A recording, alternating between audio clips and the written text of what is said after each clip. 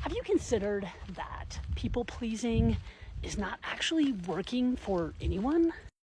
I mean, it seems like a noble idea, like you are being thoughtful, kind, considerate, helpful, etc. So why is it not working?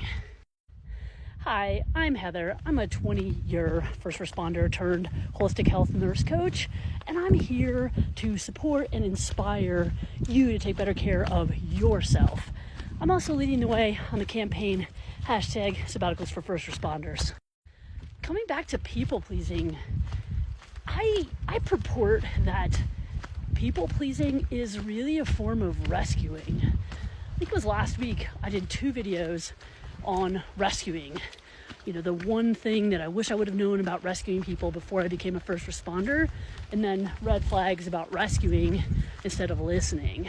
If you haven't watched those, you should go back and take a look at them. They're really quite good. Got a lot of traction, and I think it'll give more context to this video.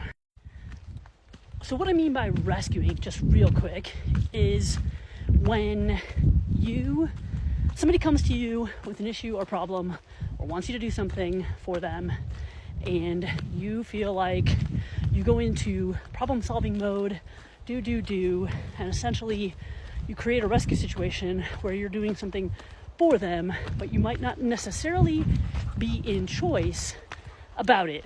And furthermore, the person might not actually be in choice about realizing that they're even asking for help. They're just coming to you out of repetitive habit to solve their problems for them. So I think people pleasing is related to the rescue dynamic, and I think it goes back, at least for me, way back into childhood. Maybe it's part of my family role of being the firstborn, but I definitely had a thing about seeking approval from adults. Almost preferring to hang out with adults sometimes rather than kids my own age, and wanting to show them what a good kid I was, how smart I was, how helpful I was. You know, I was the firstborn and I did all that stuff. I mean, there's a lot of conditioning that goes into this phenomenon. I mean, imagine, like, even before you're verbal and you get responses from your caregivers, your parents or your parent figures, you know, in terms of what they like and don't like, you know, whether the feedback loop for undesirable behavior was yelling or withdrawal of their love, or possibly, you know, depending upon the era in which you were raised, could have been even some spanking, for example. Generally speaking, that feedback loop is obvious. None of us wants that. So we try to go for behaviors that will get love as the feedback loop, get joyousness, get fed, get comfort, get held, etc. Some of this, I think, is also cultural.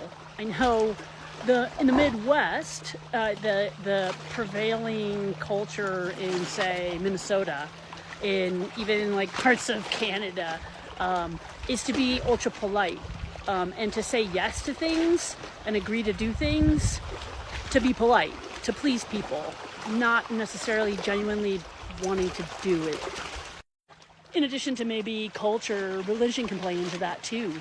Again, some religious upbringings are ultra polite, to the point where you end up betraying yourself, right? If you can see how the loop would be, that if you are continually agreeing to do things when you're not in alignment with what you know is in your best and highest good, or even something simple as just like not wanting to, but you say yes, you drain your energy, you deplete yourself, and ultimately that can lead to resentment, frustration, anger, and then your own body not trusting you, your own soul not trusting you. Some of this, I just kind of really connected the dots based on some comments from people who've engaged with my rescuing post, and then also from my own therapy appointment yesterday. I've established with a new therapist wanting to work on some early relationship kind of stuff that all stem back to my time in the military. And we were talking about this rescue dynamic that, of course, I'm quite familiar with. And the therapist, so insightful as he was, really got me to the root of, well, when did you start rescuing? And then we went back in time to younger and younger time. And he offered to me that tendency as a firstborn to please your parents, to be that really superstar, overachiever, good kid, and get that approval-seeking dopamine hit from, again, parents, teachers, coaches, etc., really got entrenched at an early age.